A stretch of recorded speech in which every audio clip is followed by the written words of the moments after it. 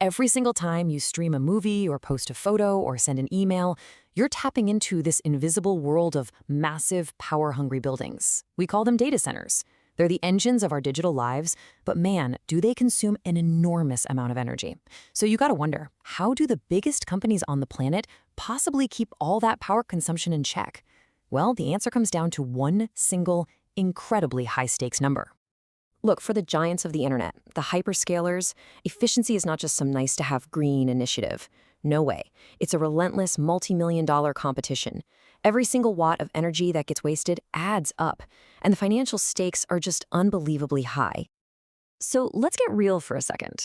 Let's put an actual number on it. How much does it really cost if you're just a tiny, tiny bit less efficient in one of these massive facilities?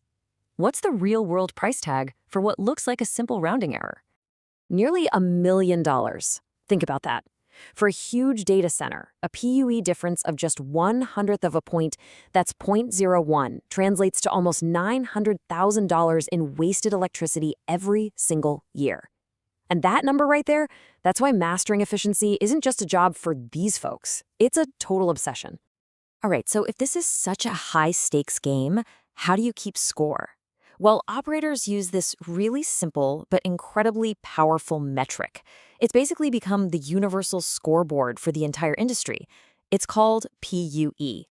PUE stands for Power Usage Effectiveness, and honestly, the math is super simple. You just take the total amount of energy the entire building is pulling from the grid, and you divide it by the energy that actually gets to the IT equipment. The servers, the storage, all the stuff doing the real work. So what it's really telling you is how much of your power is doing useful stuff versus how much is just getting wasted on overhead like cooling. Now, the perfect score, the absolute holy grail here, is a PUE of 1.0. That would mean 100% of the energy coming into the building is going straight to computing.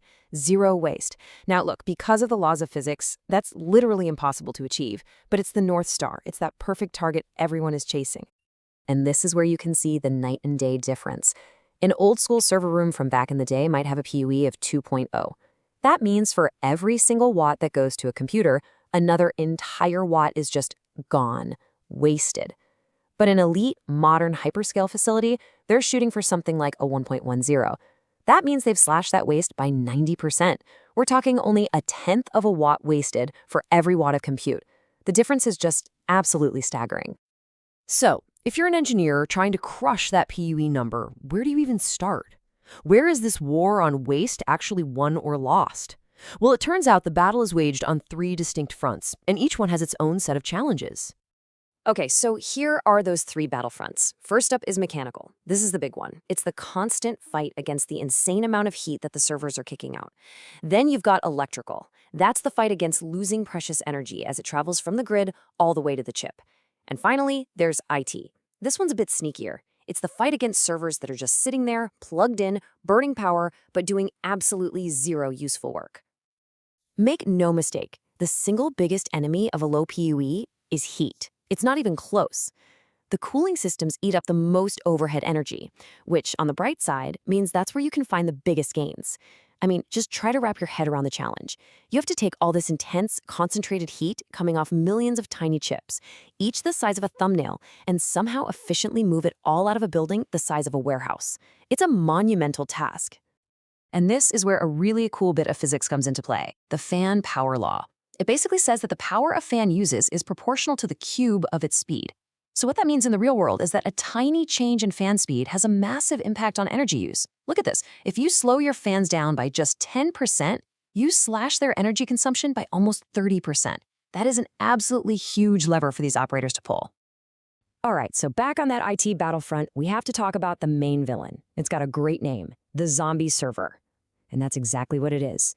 These are machines that are powered on, drawing electricity, but they're not actually running any applications. They're just there. Silent energy vampires sucking up 30 to 50% of their peak power while producing absolutely nothing of value. They are, quite simply, PUE killers.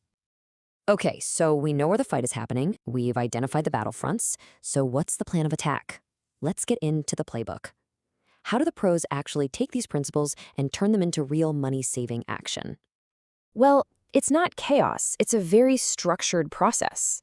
You always start with the low-hanging fruit, right? The quick wins you can grab in the first month or two, like basic airflow management. Then you move into the more strategic stuff, optimizing your control systems over the next few months. And then finally, you get to the big projects, planning for larger structural upgrades over the long term. It's a total marathon, not a sprint. Here's a classic example from the electrical side of things. This is about the UPS, the uninterruptible power supply. You can think of it as the giant battery backup for the whole data center. Now here's the thing. If that UPS is just coasting along at a really light load, it's super inefficient. We're talking maybe 85% efficient. But if you can consolidate your workloads and run that same piece of gear in its sweet spot at its optimal load, bam, you jump all the way up to 98% efficiency. That's a huge win. So what are the go-to moves, the bread and butter for the pros? Well, you've got strict hot and cold aisle containment, basically never letting your hot exhaust air mix with your cold intake air. You've got safely raising the temperature a little bit. It doesn't have to be a meat locker in there. Of course, consolidating loads on electrical gear like we just saw, hunting down and decommissioning those zombie servers. And then the golden rule that underpins everything. Measure everything all the time, because you can't manage what you don't measure. But here's the thing you have to realize. You're never really done. This isn't a project you can just check off a list and walk away from. The technology is always changing, and our demand for computing is always growing. So the pursuit of that perfect PUE, it's really a never-ending quest for continuous improvement. And you can see that evolution right here. I mean, we went from the old meat locker approach of just blasting freezing cold air into a whole room to today's much smarter systems of containing that air. And the future? The future is even wilder. We're talking about pumping liquid directly to the computer chips, or even submerging entire servers in special non-conductive fluid. The innovation truly never stops. So yeah, while it all starts with that big million-dollar number, the quest for PUE mastery is about something so much bigger. It's about reducing the environmental footprint of the internet. It's about ensuring that the very foundation of our digital lives is as efficient and as sustainable as it can possibly be. And that leaves us with one final, pretty critical question. The amount of data and computing in the world is exploding at an exponential rate.